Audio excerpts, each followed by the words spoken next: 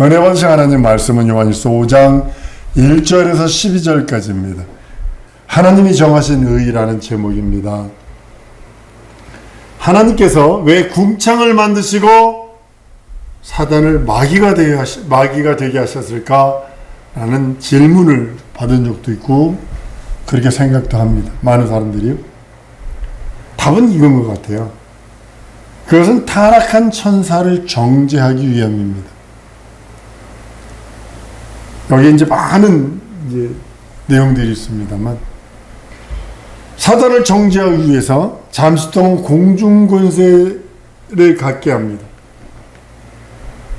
하나님의 아들을 보내셔서 하나님의 아들을 하나님의 의의 기준으로 삼아버리세요. 우리 주일 예배, 오후 예배 때 여러분들 잘 생각해 보시면 하나님의 의는요, 하나님의 아들이고 하나님의 이름이고 하나님의 영광이 조물주의 빛이라고 했어요. 하나님의 의에 반대가 되는 것이 불의가 되기 때문에 그분 앞에서 마귀는 불의한 자로 드러나게 되어 있어요. 하나님의 아들이 직접 그 나라를, 하늘 보호자를 맞벌이 입성하시는 것이 아니라 하늘을 지으시고 거기 천사를 두었는데 그 전에 아들은 겸손해서 죽음을 맛보시고 부활을 경험하여 들어가기로 하셨고 그 나라에 천사를 두었는데 천사가 난동을 부려요. 쿠데타를 일으켜요. 쉽게 말하면 하나님의 이름을 대적합니다. 그리고 음부에 가둡니다. 근데 이 음부는 무엇이었냐면 원래는 담도 없었고 테두리도 없었고 지키는 자도 없었어요. 다만 예수께서 죽음을 맛보시는 저 아래, 저 맨 밑 그곳입니다. 근데 마귀를 거기다 가두고 이 마귀가 루시엘이 하나님의 아들을 섬기는 자입니다. 근데 그가 하늘에서 반역했다는 것이 어떻게 드러났냐면 이 땅에 와서 예수를 십자가에서 하나님의 아들 주인을 죽여버려요.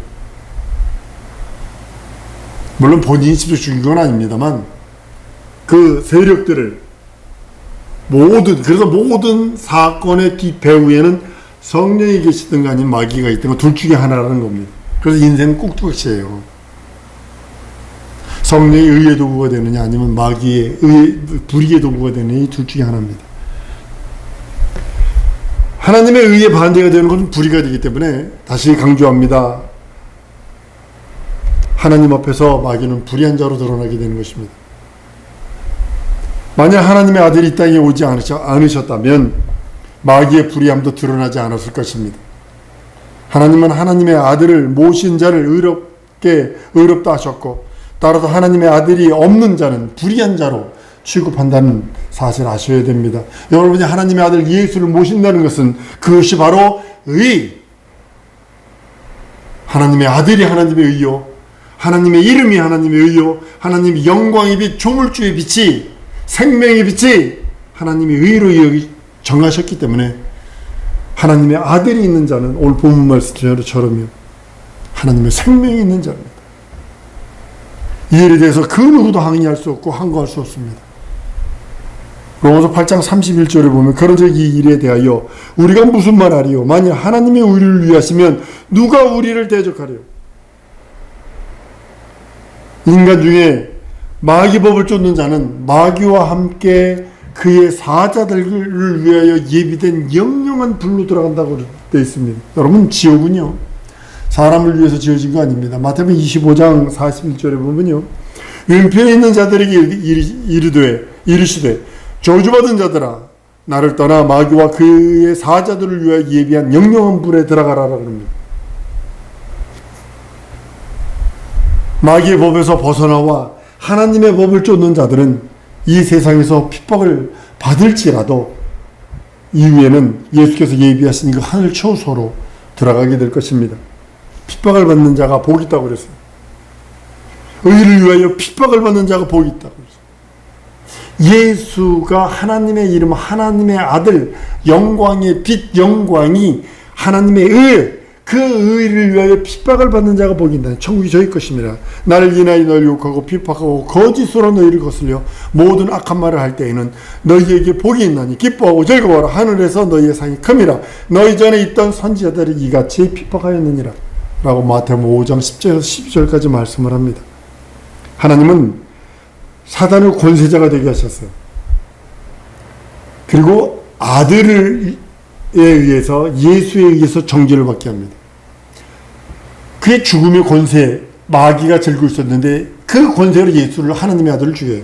이 소리는 하늘에서 하나님을 이름을 모독하고 하나님을 대적하고 하나님에 대하여 반항을 했다라는 그런 증거가 드러나는 것입니다. 그런데 하나님의 아들은 죄가 없기에 그 죽음에 묻혀 있을 수 없어. 그리고 부활하심으로 인하여 정죄되는 것이죠. 그래서 그것을 예수님은 내가 받을 침례라 라고 성경은 말씀하고 있습니다. 아들을 의로 정하셨으니 하나님을 대적한 사단은 정죄받을 수밖에 없는 것입니다. 세상 사람들은 자기의 생각, 자기의 행동, 자기가 가지고 있는 마음의 그 모든 뜻을 정당하게 여기고 그것을, 그 행위를 옳다고 인정합니다. 죄를 짓더라도 그걸 옳다고 여겨요. 지금 정치인권으로 뇌물 받아 먹었으면서도 그걸 옳다고 떠들어대잖아요. 내가 언제 먹었어? 내가 어디 있어? 저거 있어? 이러면서요. 하나님의 말씀을 의로 정하셨어요. 그렇기 때문에 우리는 잘 알아야 합니다. 한번 따라합니다. 하나님의 의는 예수, 하나님의 이름, 영광이다. 이것을 잊어버리시면 안 됩니다. 하나님의 아들이 오시기 전에는 마귀의 활동이 합법적이었기에 심판받지 않았어요. 그러나 아들이 들어오심으로 인하여 심판받게 됩니다. 하나님의 말씀을 의로 정하셨으니 이에 도전하는 그 어떤 것, 말씀에 의해서 심판받습니다. 예수님이 그러시죠? 난 내가 심판하는 거, 내가 한 말이 심판한다고요. 정죄하는 거예요. 한 말이. 예수께서 하신 말씀이, 말씀으로 계시던 그분이 말씀이 육신이 되어 이 땅에 오셔서 하신 말씀 자체가 이제는 의가 되어서 심판받습니다. 말씀으로 심판받는 것입니다. 마귀는 사망 권세를 가지고 있습니다. 끝없이 신부서 2장 14절 15절에 보면 자녀들은 혈육에 함께 속하였음에 그것 또한 한 모양으로 혈육에 함께 속하심은 사망으로 말미암아 사망의 세력을 잡은 자 곧 마귀를 없이 하시며 또 죽기를 무서함으로 일생 내어 종로로 하는 자들을 놓아주려 하심이라 라고 예수의 살찌고 피 흘리신 예수의 죽음을 맛보심을 이렇게 말씀하고 있습니다. 예수도 마귀는 처음부터 살인한 자라고 요한 8장 44절에 말하면서 처음부터 살인한 자예요. 가인이 아우를 죽이는데 그 배후에는 마귀가 역사합니다. 아까도 말씀드렸어요. 세상의 모든 사건들을 뒤에는 성령께서 역사하시는지 아니면 마귀가 역사합니다. 세상 사람들은 전부 다가 다 마귀가 배웁니다. 살인사건, 모든 불의한 사건, 더러운 사건들 마귀가 배웁니다. 예수의 죽음도 마귀의 권세에 의한 것입니다. 근데 그 권세가 마귀가 임의로 죽인 것이 아니라 예수는 죽을 권세와 살 권세는 아버지로부터 계명을 받았다고 그래요. 근데 이 마귀는 모르고 죽인 거예요. 육체니까 육체를 못 박은 지가 죽을 수밖에 없어요. 육체. 만약에 예수에게 못을 박았는데 안 죽었다. 그러면 사람 아니잖아요. 예수는 계명으로 죽은 거지 마귀에 의해서 죽은 거 아닙니다. 그런데 마귀가 도구가 돼요. 마귀가 도구가 되는 거예요. 그래서 죽이는 자 편을 쓰지 마라. 돌 던지는 자 편을 서지 마라. 정죄하는 자 편을 서지 마라는 거예요. 마귀는 사람을 죽일 권세를 가지고 있어요. 흙을 먹을진 이랬어요. 흙을 먹을진. 평생 흙을 먹을 권세가 있습니다. 마귀의 최고의 권세는 사망 권세. 죽음을 가지고 협박을 합니다. 죽음 앞에 일생 모아뒀던 명예, 일생 모아뒀던 물질도 다 포기합니다. 죽음 앞에. 어떤 우리나라의 최고의 갑부가 그랬다는 거 아니에요. 6개월만 살려줘. 1년만 살려줘. 맨 처음에 그러다가 6개월만 살려줘. 소리 지르다 내 재산 반을 줄게. 나중에는 다 줄게. 하나님의 아들을 의로 정하셨기 때문에 아들이 없는 자는 불의한 자로 낙인 찍히시고 아들이 있는 자에게는 생명 곧 영생을 주신다고 오늘 본문 말씀에 말씀합니다. 11절 12절입니다. 또 증거는 이것이니 하나님이 우리에게 영생을 주신 것과 이 생명이 그의 아들 안에 있는 그것이라. 아들이 있는 자에게는 생명이 있고 하나님의 아들이 없는 자에게는 생명이 없다라고 선언하십니다. 여러분, 우리가 늘 쓰는 게, 이 목사가 늘 말하는 게 세 가지예요. 속죄와 구원과 영생. 이걸 얘기를 해요. 근데 이것이 여러분들은 이거 알고 쓰셔야 동시적으로 이루어지는 사건 아닙니다. 속죄와 구원과 영생은 동시에 이루어지는 것이 아니라 시간차가 있어요. 속죄와 구원과 영생에 대한 그 동시적으로 물론 일어날 수 있어요. 예수 안 믿어서 죽기 전에 내가 예수 믿습니다. 이렇게 하면 속죄 구원이 이루어지고 영생도 죽기 전에 이루어지겠죠. 근데 보편적으로 이제 그거는 거의 희박하고요. 우리에게 이루어지는 경험의 시간이 시간적으로 차이가 있다는 사실이죠. 속죄는 우리가 이 세상에 태어나기도 전에, 우리 권사님이 태어나기도 전에 아버지, 어머니 혹은 할아버지 허리에 있을 때 그 전 2000년 전에 예수께서 십자가 달려 죽으심으로 우리의 모든 죄악을 멸하심으로 속죄는 이루어졌습니다. 믿건 안 믿건. 근데 왜 정죄받느냐? 믿지 않아서 이제 속죄가 안 이루어지는 거예요. 이 속죄는 예수께서 2000년 전에 일천인류, 예수 위에 태어나거나 예수 이전에 있었던 사람들의 그 모든 죄악까지 다 용서하셨어요. 근데 뭐 때문에 저주받느냐? 믿지 않아서. 자기가 용서받은 것을 믿지 않아서. 예수가 구세주인 것을 믿지 않아서 멸망하는 겁니다. 그리고 구원은 현실적이에요. 성경 사도행 2장 40절에 또 여러 말로 확증하여 구원하며 가로되 너희가 이 패역한 세대도 구원을 받으라 라고 말합니다. 구원은요, 마귀 권세 아래서 얻는 겁니다. 우리는 이 세상 떠날 때까지 또는 예수님이 재림하실 때까지 구원을 지속해야 돼요. 구원은 뭐냐면 지속하는 거예요. 믿음 자체가 뭐냐면 순종하기를 계속한다는 뜻은 뭐냐면 계속 진행하는 겁니다. 한 발로 못 가니까 오른발이 가고 오른발이 다 뭐 더 못 가니까 왼발로 가고 숨만 들으시는 게 아니라 숨쉬기도 하고 내쉬기도 하는 것처럼 살기 위해서 음식을 먹는 것처럼 돌아가시기 직전에 있는 사람들 이렇게 보면 떨어지는 것이 몇 가지가 있어요. 입맛이 떨어져요. 입맛이 떨어져요. 의욕이 없어요. 의욕이 없어요. 생에 애착이 없어요. 재림하는 날까지, 내 생명 떠나는 그날까지 믿음을, 구원을 지속해야 되는 거예요. 영생은 반드시 부활과 함께 이루어집니다. 여러분과 나의 영생은 언제 이루어지느냐? 부활과 함께 이루어지는 겁니다. 부활하기 전에 성도들이 죽으면 낙원에 가서 쉬고 있습니다. 낙원에 가서 쉬고 있는 것입니다. 부활하지 않고는 영생이 들어갈 수 없어요. 부활한 다음에 영원한 생명, 영생이 들어가는 것입니다. 물론 낙원에서 쉬는 것도 영생이라 할 수 있어요. 쉬고 있으니까 부활을 기다리는 거니까. 근데 부활한 다음에 비로소 영생이라고 표현하는 것입니다. 예수를 믿어 의롭다함을 받은 자들이 육체로 부활한 후에 그리스도와 함께 우주 바깥 그 신들이 하는 우라노스에게 들어가게 되는 것입니다. 많은 학자들이 우주가 하늘이라고 합니다. 우리들이 갈 곳이 우주라고 얘기해요. 아니요, 저는 우주는 없어질 것이다.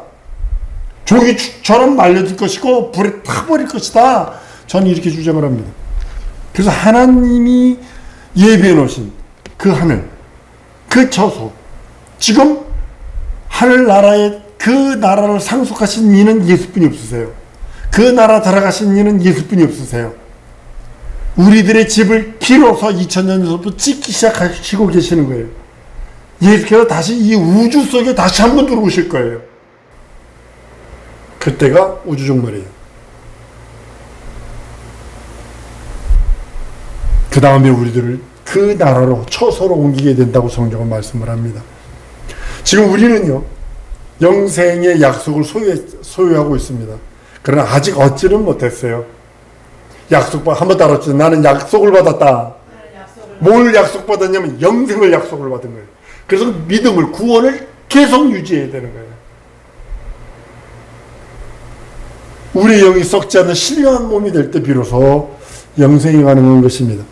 고린도서 15장 53절에 보면 이 썩을 것이 불갑을 썩지 않을 것을 입겠고 이 죽을 것이 죽지 아니함을 입으리라 라고 성경은 선언하십니다. 성경에서요, 구원을 세 종류로 말하고 있습니다. 구원 얻었다, 구원 얻으라, 구원을 얻으리라 라고 말씀을 합니다.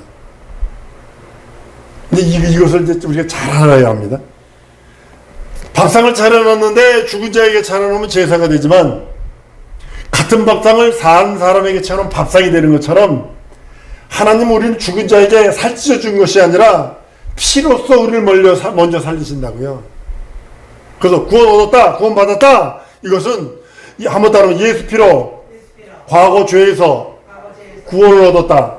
이것이 구원 얻었다예요. 과거 죄에서 구원 얻은 거예요. 살아났어요 이제. 그리고 몸 찢어 주셨잖아요. 그 살 찢어 주시잖아요. 그것으로 인하여 영생하는 거거든요. 그 양식 삼아가는 거거든요.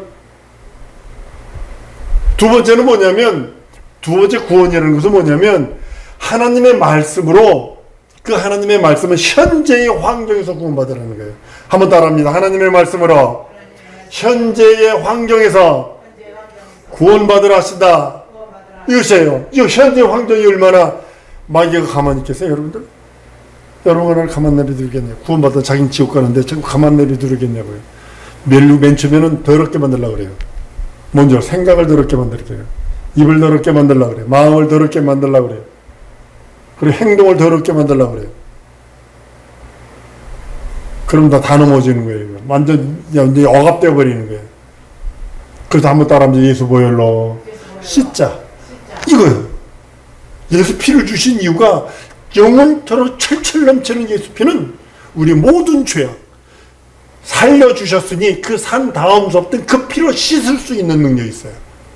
그 말씀을 힘입어 살 수 있어요. 현재 죄악된 환경에서 구원받으라 하세요. 세 번째는 뭐냐면 성령께서 미래의 죄의 유혹에 대해서 구원에 이르게 한다라고 말씀하는 거예요. 성령께서 나의 미래의 지을 죄들, 죄의 유혹들이 얼마나 많아요. 탐심들이 얼마나 많고 시기와 질투와 미움과 분쟁들이 얼마나 많아요. 그걸 이길 수 있는 죄의 유혹들, 미혹들, 이거를 거기에서 구원을 얻도록 하나님께서는 성령을 통해서 우리들에게 말씀하신다는 사실입니다. 그래서 구원 얻었다, 구원 받았다, 구원 받으라, 구원 얻으리라, 받으리라 하는 이유가 바로 거기 있는 것입니다. 우리는 이미 죄사함 받은 사람들, 여러분과 난 죄사함 받았어요. 마귀 수하에서 구원받고 나온 자들이에요. 뛰쳐나온 자들이에요. 이제 마귀의 꼬붕이 아니라 이제는 하나님의 전능하신 하나님의 자녀가 되었다, 아들 딸들이 되었다라고 고백하며 뛰쳐나온 예수의 품에, 예수에게 뛰어든 사람들이에요. 이제 우리에게는 영생에 들어갈 일만 남았습니다. 그래서 무엇에 믿음을 지속하는 거예요. 구원을 지속하는 거예요. 실족해서 넘어질 수도 있고 자빠질 수도 없고 꼬부라질 수도 없고 재수없어서 뒤로 넘어져도 코도 깨질 수 있어요. 그렇지만 어떤 때는 그 죄악에서 터프덕 주저앉아서 꺼이꺼이 울 수도 있어요. 그렇지만 씻을 수 있는 보혈이 있어요. 말씀이 있어요. 성령께서 함께 하시는 그 능력이 있어요. 위로하심이 있어요. 우리는 예수의 재림과 동시에 부활하게 됩니다. 그리스도께서 그리스도에게 속한 자는 주님이 재림하실 때까지 마귀를 대적하며 인내하라고 말씀합니다. 마귀를 대적하라. 베드로전서 5장 8절 9절 이렇게 말씀합니다. 근신하라, 깨어라. 너희 대적 마귀가 우는 사자같이 두루다니며 산길자를 찾느니 너희는 믿음을 굳게 하여 저를 대적하라. 이는 세상에 있는 너희 형제들도 동일한 고난을 당할 줄 알미니라. 마귀를 대적하며 인내하라는 거예요. 이제 남은 것은 뭐냐면 내 믿음을, 내 구원을 유지하는 건데, 그 유지할 적에 원수들의 그 방해와 원수들의 그 아주 그냥 기묘한 미혹과 유혹이 있을지라도 마귀를 대적하라는 거예요. 그리고 믿음은 인내로 기다리는 거예요. 내 입으로 깨방정 하지 말라니까요. 네 입으로 한 말대로, 네가 한 말이 내 귀에 들린 대로 내가 행한다고 그랬으니까 현실과 상황과 조지가 반대로 될지라도 믿음의 말하는 것입니다. 한번 따라합니다. 믿음의 말하리라. 믿음의 말하세요. 아무리 신령한 성도라도, 아무리 신령한 목사라도 육체가 있는 동안에는 마귀의 유혹과 고통을 피할 수가 없어요. 피할 수가 없어요. 이 땅에서 우리 영혼은 하나님의 사랑을 받습니다. 육체가 있는 한 마귀의 도전도 받는다는 사실. 두 가지를 다 해요. 한번 따라합니다. 하나님의 사랑도 받고 마귀의 도전도 받는다. 명심하셔야 합니다. 하나님의 사랑도 받아요. 그렇지만 마귀의 도전도 받아요. 마귀가 여러분 도전해 올 때 생각 속으로부터, 마음으로부터 들어오는 거 아세요? 가장 가까운 사람부터 오는 거 아세요? 그래서 무정해야 되는 거예요. 전세값 주지부라! 우리 주님이 우리에게 그랬잖아요. 서서 진리로 띠띠고 믿음의 방패들 구원의 투구 쓰고 성령의 건 가지고 평안의 복음의 신발 신고. 주님은 우리들에게 끝없이 말씀하십니다. 그러다가 어느 날 주님이 강림하시니 모든 원수가 풀어진대. 우주가요 두루마리 말리듯 사라져버린대요. 태양이 빛을 잃어버릴 거예요. 여러분, 태양이 빛을 딱 잃어버리면 지구는요 8분 만에 동태표 생태가 됩니다. 8분 만에 태양이 빛을 딱 잃어버리면 그냥 냉각돼 버립니다. 태양에서 빛이 8분 만에 지구에 도착한대요. 끝이에요. 그걸로 그냥 다 얼어 죽는 거예요. 우린 주님이 예비하신 그것을 바라보고 시작합니다. 여러분들, 구원의 간격이요, 이게 첫사랑이라고 표현하는 건데 제가 늘 말씀드립니다. 속죄의 감격이 있고 구원의 기쁨이 있고 내세의 소망이 있습니다. 이것이 첫사랑이라고 표현하는 거예요. 이 세 가지. 이거 놓치면 끝이에요. 목사든 부흥사든 뭐 유명한 총회장이든 성도든 뭐 그 누구든 속죄의 기쁨이 없고 구원의 감격이 없고 내세의 소망이 없어 끝난 사람이에요. 그 사람이 무슨 업적을 이뤘습니다. 필요 없어요.